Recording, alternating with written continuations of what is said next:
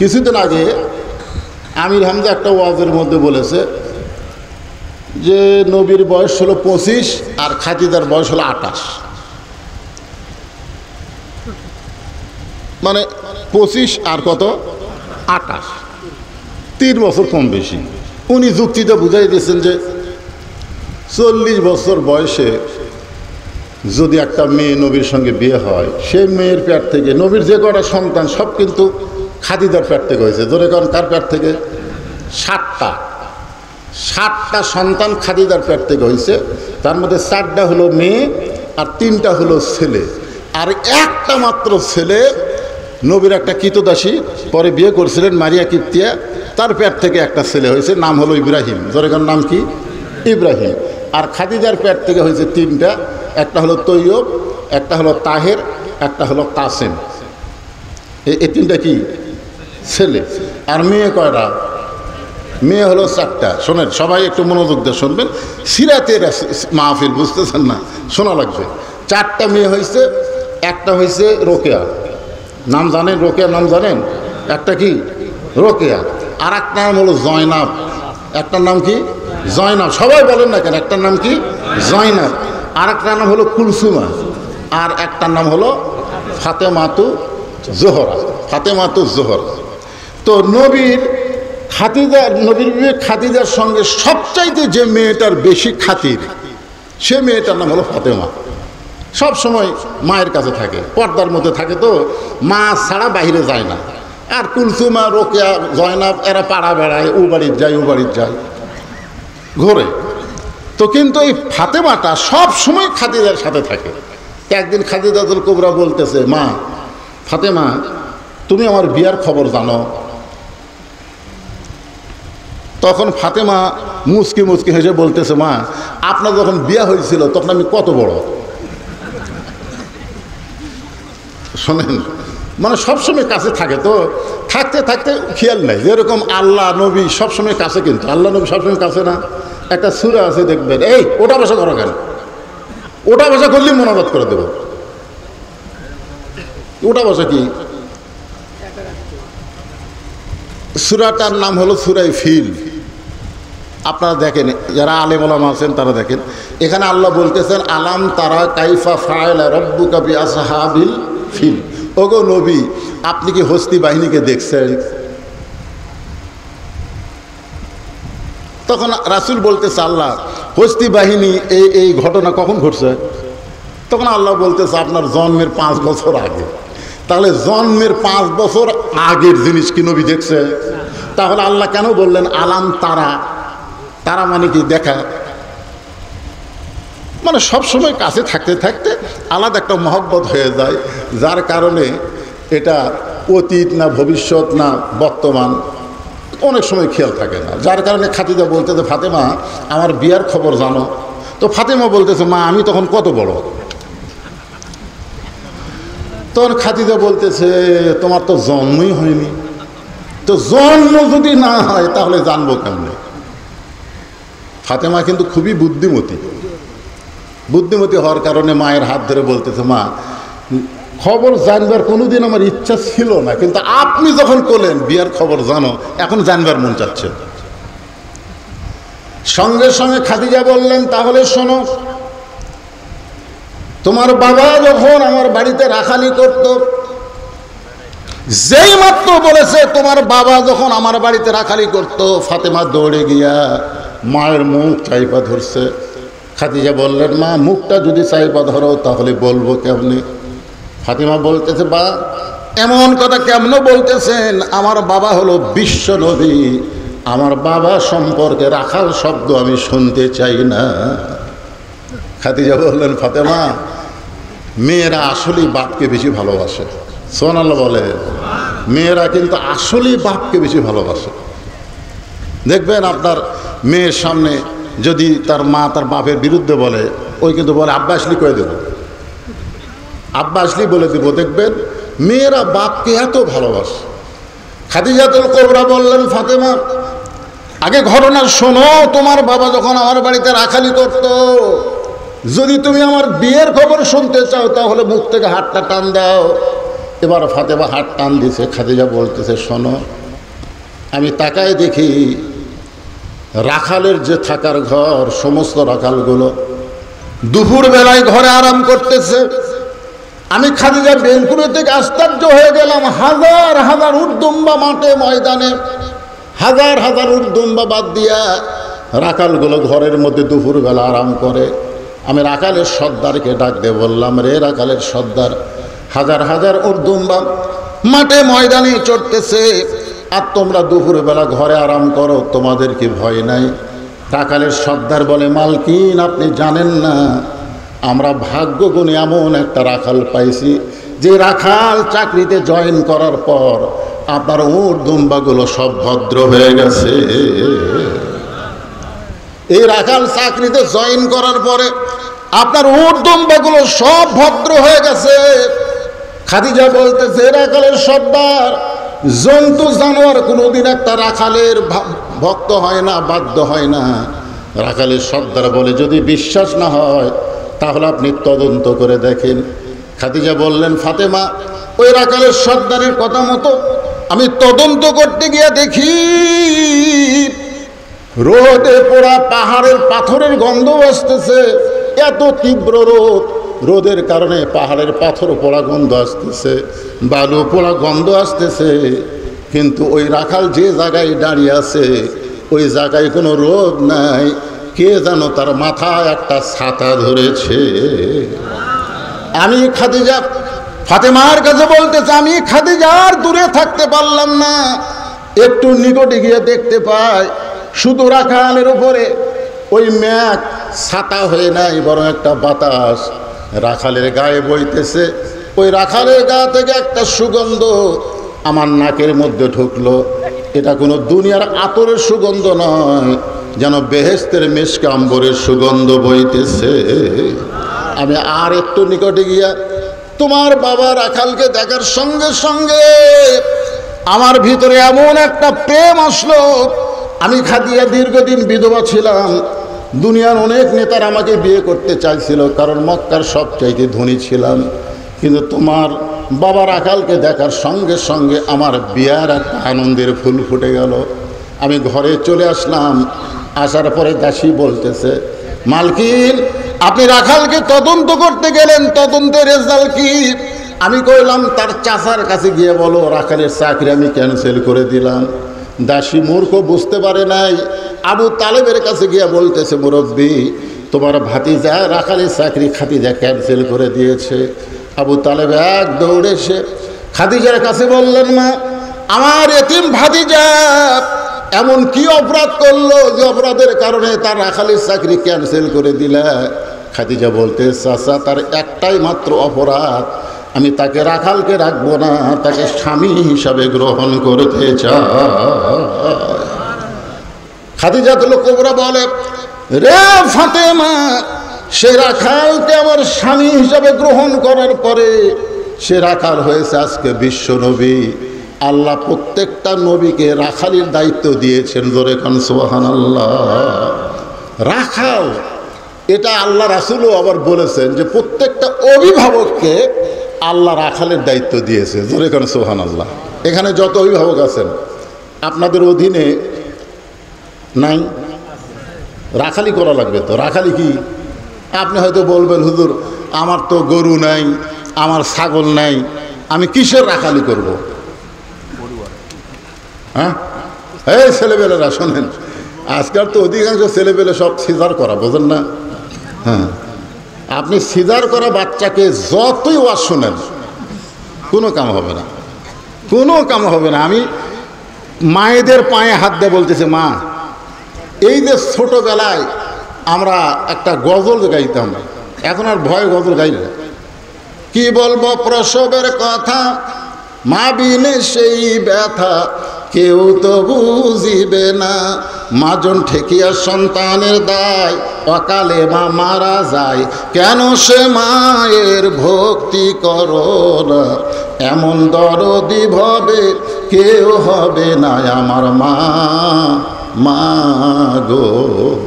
সেদিন ফেসবুকে দেখলাম একটা মেয়ে বলতেছে, যে মেয়েরা সিজার করে, একটা মেয়ে মানুষ সিজার করায় না, সবগুলো মরদ মানুষ। তাহলে মেয়েদের পেট কাটে কারা? কথা কর না কেন? পেট কাটে পুরুষেরা। তা এখন আপনার বউ যদি পর্দানিশী নারী হয়, দরকার হলে নরমালি বাচ্চা নিবে, কিন্তু বেপর্দা হয়ে সিজার করবে না। জোরে কোন কথা ঠিক কিনা কথা বলেন? প্রত্যেকটা মাকে আমি বলতেছি, ইন্নাল্লাহ মা সাবিরিন, ধৈর্যশীলদের সঙ্গে কে আছে? কথা কন না কেন? আমরা যদি ধৈর্য ধারণ না করতাম আর গোপনে গোপনে যদি চেষ্টা না করতাম, তাহলে হাসিনা কি কথা কন? মায়ের প্রসব বেদনা একটু কষ্ট হয়, কিন্তু কষ্টের পরে যখন সন্তান বুকে আসে তখন কিন্তু মার সেই কষ্টের কথা মনে রাখে না। যেই মা একবার বাচ্চা নর্মালে হয়, ওই বারবার বাচ্চা নর্মালে নিবে, কারণ ওই জানে হতে একটু কষ্ট হয়, কিন্তু তারপরে যখন বুকের উপর আসে তখন আর কষ্ট থাকে না। এ হাসিনা যতদিন ক্ষমতায় ছিল, ভালো মানুষের প্রসব বেদনার মতন কষ্ট হয়েছে। জোরে কোনো কথা ঠিক কিনা?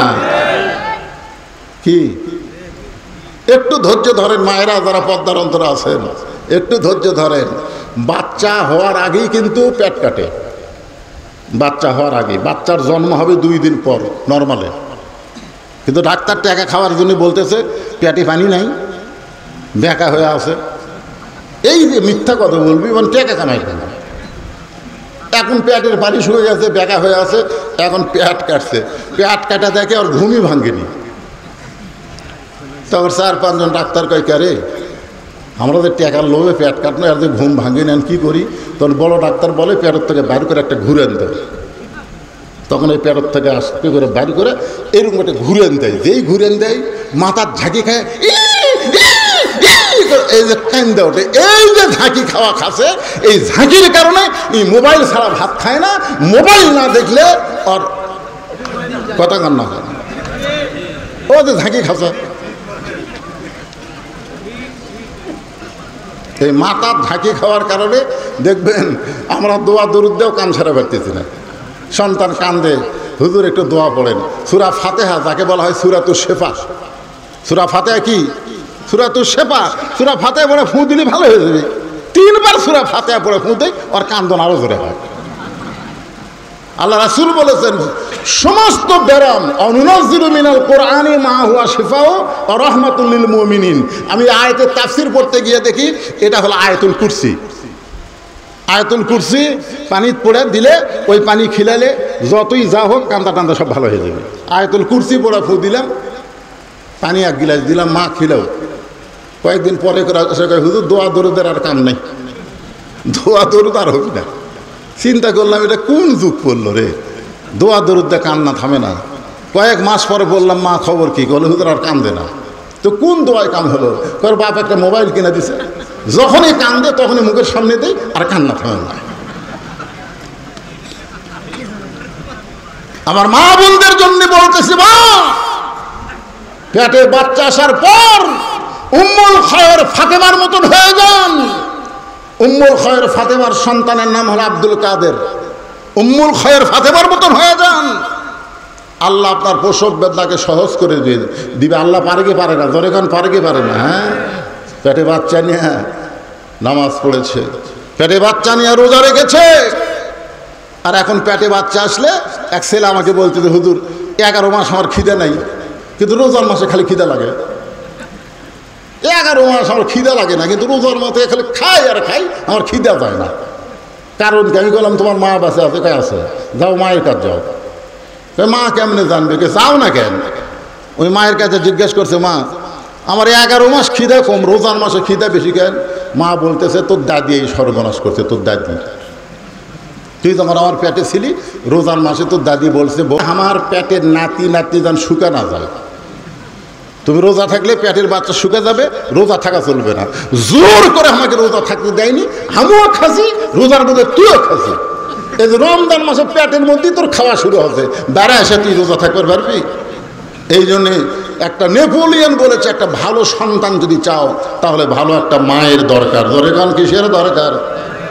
ভালো একটা মায়ের দরকার। খাদিজাতুল কুবরা এমন একজন মা ছিলেন যে মায়ের পেট থেকে আল্লাহ তাআলা 4টা সন্তান দিয়েছেন। একটার নাম হলো ফাতেমাতুজ জোহরা। আমার মা বোনদের জন্য বলতেছিলাম, এই কথাটা কিন্তু আমার মা বোনদের জন্যে। রাসূল বললেন, ফাতেমা, সিরাতের আলোচনা একটু খেয়াল করেন। ফাতেমা, তোর কি কখনো মনে হয় তুই জান্নাতি? তোর বাবা বিশ্বনবী, এই কারণে কি তোর কখনো মনে হয় তুই জান্নাতি? ফাতেমা বলতেছে, বাবা মনে হয় কেন? 100 বার আমার বিশ্বাস আপনি হলেন আল্লাহর বিশ্বনবী, আর আপনার মেয়ে হওয়ার কারণ আমি জান্নাতি। আল্লাহ রাসূল বললেন, ফাতেমা এই কথা কখনোই মনে করবা না। আমি তোমার বাবা বিশ্বনবী বলে তুমি জান্নাতি এটা মনে করো না। জান্নাতে যদি যাবার চাও, জান্নাতের আমল করে জান্নাতে যাইতে হবে। ফাতেমা কান্দারে বলে, বাবা বিশ্বনবীর মেয়ে হয়েও জান্নাতে যাওয়া যাবে না, জান্নাতের আমল করতে হবে। জান্নাতের আমল কি? আমার মায়েরা যারা আছেন একটু মনোযোগ দিয়ে শোনেন। এই সিরাত মাহফিলে নবীর কলিজার টুকরা ফাতেমার থেকে আলোচনা করতেছি। রাসূল বললেন, মাত্র 4টা আমল করবা। মাত্র কয় আমল? আমার আঙ্গুলের দিকে তাকান, কয় আমল? আরে পাগলা, বাড়ির বউ যদি ভালো হয় আপনার কলিজায় অর্ধেক শান্তি জান্নাতের চলে আসবে। জোরে কর কথা, ঠিক কিনা? আমি তখন বললাম, রব্বানা আতিনা ফিদ দুনিয়া হাসানা ওয়া ফিল আখিরাতি হাসানা। তাফসীর পড়ে দেখেন আলেমেরা, এই যে ফিদ দুনিয়া হাসানা মানে কি? সব স্ত্রী, পরিবার, 16 আনার মধ্যে 8 আনা হলো বউ। দুনিয়ার যে 16 আনা সৌন্দর্য যদি পাবার চান, তাহলে বউ হচ্ছে 8 আনা। বউ যদি খারাপ হয়, আপনি যতই শান্তি খোঁজেন বাইরে শান্তি পাবেন, বাড়ি ঢুকলে অশান্তি। জোরে কথা কন না কেন? হ্যাঁ, এই জন্যে মা বোনদের জন্য কথাটা বলতেছে। রাসূল বললেন 4টা আমল। কয়টা? খুব খেয়াল করেন। নামাজ, রোজা, সতীত্বের হেফাজত, আর স্বামীর খেদমত। আল্লাহ রাসূল ফাতেমাকে বললেন, সব সময় না। স্বামী যখন খেদমত চাবে, খুব খেয়াল করে শুনবেন, স্বামীর খেদমত সব সময় না। স্বামী যখন খেদমত চাবে তখন খেদমত করে। সবাই মনোযোগ দিয়ে শোনেন। বউ যদি আপনার আপনি খেদমত চাচ্ছেন না, যদি আপনার খেদমত করে, আপনি বুঝতে পারবেন এর মধ্যে একটা কি ভেজাল নাই। আপনি খেদমত চাবেন। রাসূল বললেন, আমার আলী যখন তোমার কাছে খেদমত চাবে তখন তুমি খেদমত করবা, তাছাড়া খবরদার তুমি নিজের ইচ্ছাই যেন খেদমত করতে যাবে না। কারণ চোরের মন, কথাটা বোঝেন, অতিভক্তি। হ্যাঁ, একেবারে পাকাতে বাতাস করতেছে। তো স্বামী কয়, কে গো কারেন্ট নাই? আছে তো কারেন্টে ফ্যান দেয়, পাকার বাতাস কেন? এই ফ্যানই তো আমার সতী, উনি যদি আপনাকে বাতাস দেয় তাহলে আমি জান্নাতে কেমনে যাই? এই জন্য ফ্যান বন্ধ করছি, আপনাকে বাতাস করে আমি একটু জান্নাতে যাবার চাই। বাম হাতে বাতাস করে, ডান হাতে কপাল টিপে। স্বামী কয়, কে গো কি হলো তোমার? তোমার ভক্তি করে আমি জান্নাতে যাবার চাই গো। তারপরে পাও টিপে, হাত টিপে। স্বামী একসময় খুশি হয়ে বলতেছে, আসলেই তোমার মতন বউ পাওয়া হলো ভাগ্যের ব্যাপার। যেই বলছে তোমার মতন বউ পাওয়া ভাগ্যের ব্যাপার, সঙ্গে সঙ্গে বউ কান্না শুরু করছে। স্বামী কয়, কে গো কান্দো কেন? বলে, কান্দিস এমনি কান্দিস। স্বামী বলতেছে, কি হয়েছে গো? না না, আপনাকে বলে লাভ নাই, এমনি এমনি বাতাস করে, পাও টিপে, আবার করে কান্দে। স্বামী কয়, এই বাতাস বন্ধ কর, পাওটা বন্ধ। কি জন্য কান্দিস বল? তখন বলতেছে, কান্দার কারণ হলো তোমার বুড়া বাপ আর বুড়ি মা, এটাই হলো কান্দার কারণ। কারণ তুমি যখন বাহিরে যাও তখন তোমার এই বুড়া বাপ আর বুড়ি মা আমার কলিজাত আগুন ধরে দেয়। এই বুড়ি আর এই বুড়া যদি সাথে থাকতে চাও তাহলে আল্লাহর রাস্তায় আমার বাপের বাড়িতে পেরে দাও। আর যদি আমার সাথে জান্নাতের সংসার করে খাবার চাও তাহলে এই বুড়া বুড়ি বাদ দেওয়া লাগবে। মামা আলাইনা ইল্লাল বালা। এখন তুমি কি আমল করবা কও? এখন সিরাত যদি থাকে আপনার কাছে, সিরাত বোঝে? সিরাত মানে কি? আমার জামাই আওয়াজ করলো না, সিরাত কি? সিরাত হলো আল্লাহর কোরআন।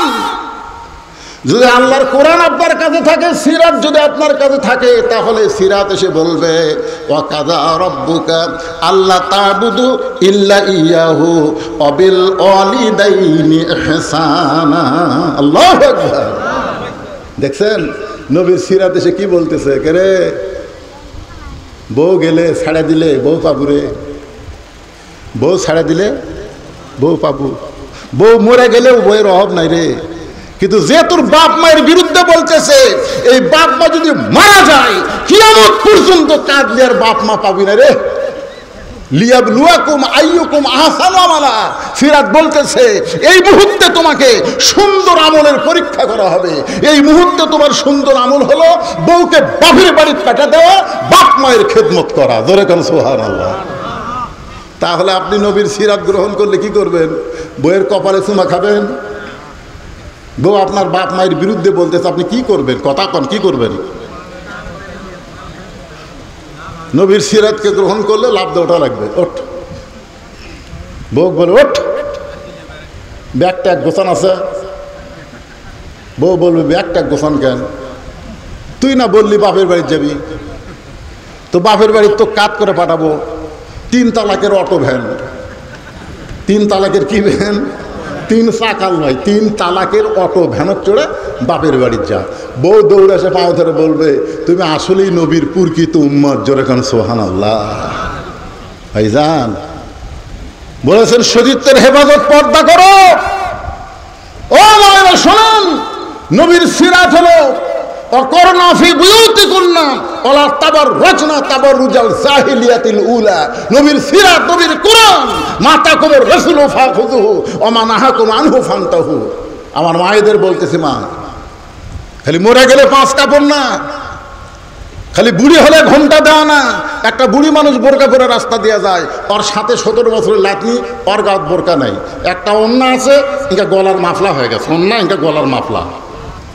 আপনারা এখন বলেন রাস্তার মানুষ ওই বুড়ির দিকে তাকাবি না ছুরির দিকে তাকাবি? কতক্ষণ কার দিকে তাকাবে? তো ছুরির গাঁত বোরকা নাই, বুড়ির গাঁত বোরকা। কে দাদি বোরকা পড়ছেন কেন? মরা লাগবি ভাই, মরা লাগবি ভাই। কে রে বুড়ি, তুই তো বোরকা পড়ছো মরার জন্য, তোর দিকে তো বুড়াও তাকায় না। 50 বছর আমের গাছের গোড়াত কেউ বেড়া দেয়? যদি কেউ বেড়া দেয়, আপনি বলতেছেন কে ভাই বেড়া দিচ্ছেন কেন? ভাই সতর্কের মান নেই, গরু ছাগল যদি খায়। কে রে পাগলা, 50 বছরের গাছের দিকে গরু ছাগল ঘৃণা করে তাকাবি না? বেড়া লাগবি? বেড়া যদি দিবার চাস, ওদের জ্বালা গাছ আছে, জ্বালা চারা গাছ, ওটা বেড়া দে। বেড়া না দিলে গরু বকরি পাড়িয়া ফেলে ধর্ষণ করবি। তোরে কথা কর না কেন? আমি বলতেছি মরে গেলে 5 কাপড় দিয়ে কোনো লাভ হবে না মা। মরে গেলে খাটনি চাদর দিয়ে ঢাকা কোনো লাভ হবে না। জীবিত অবস্থায় আপনাদেরকে পর্দা করতে হবে, পর্দার ভিতরে থাকতে হবে, পর্দার ভিতরে সন্তানের উৎপাদন করা লাগবে। জোরে করে কথা রেখে না।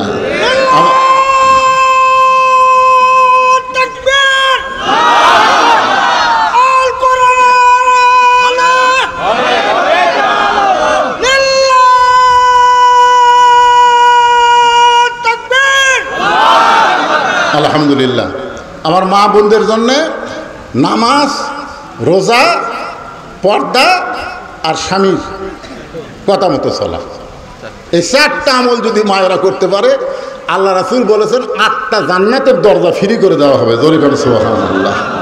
আল্লাহ তাআলা আজকের এই রাতে যতটুকু আলোচনা হলো, এই আলোচনা মোতাবেক আমাদের সকলের জীবনে আমল করার তৌফিক দান করুক। সকলে বলে আমিন। কারণ ফজরের নামাজ আমাদের জামাতের সাথে যদি আজকে না পড়েন, তাহলে প্রথম দিনই সিরাত কাজা হয়ে যাবে, বুঝলেন না? সিরাত কাজা হয়ে যাবে। এই জন্যে ভাইজান অনেক রাত হয়ে গেছে। কয়টা বাজে? 12:30। 12টার মধ্যেই শেষ করা দরকার। 1:45। হায় হায় সর্বনাশ, 1:45 বাজে গেছে। সকলে হাত তুলে আল্লাহুম্মা আমিন। আল্লাহুম্মা আনতাস সালাম আমিনকাস সালাম তাবারাকতা ইয়া যাল জালালি ওয়াল ইকরাম। আয় আল্লাহ তাআলা, কঠিন গরমের ভিতরে গোটা গা ঘেমে যাচ্ছে, আমাকে ফ্যান দিয়েছে, তারপরে আমার গা ঘামতেছে। আর তোমার বান্দারা কঠিন গরমের মধ্যে বসে বসে আজকে সিরাতের মাহফিলে নবীর জীবনী থেকে মিলাদুন নবী, সিরাতুন নবী, আল্লাহর কোরআন থেকে কিছু আলোচনা শুনেছে।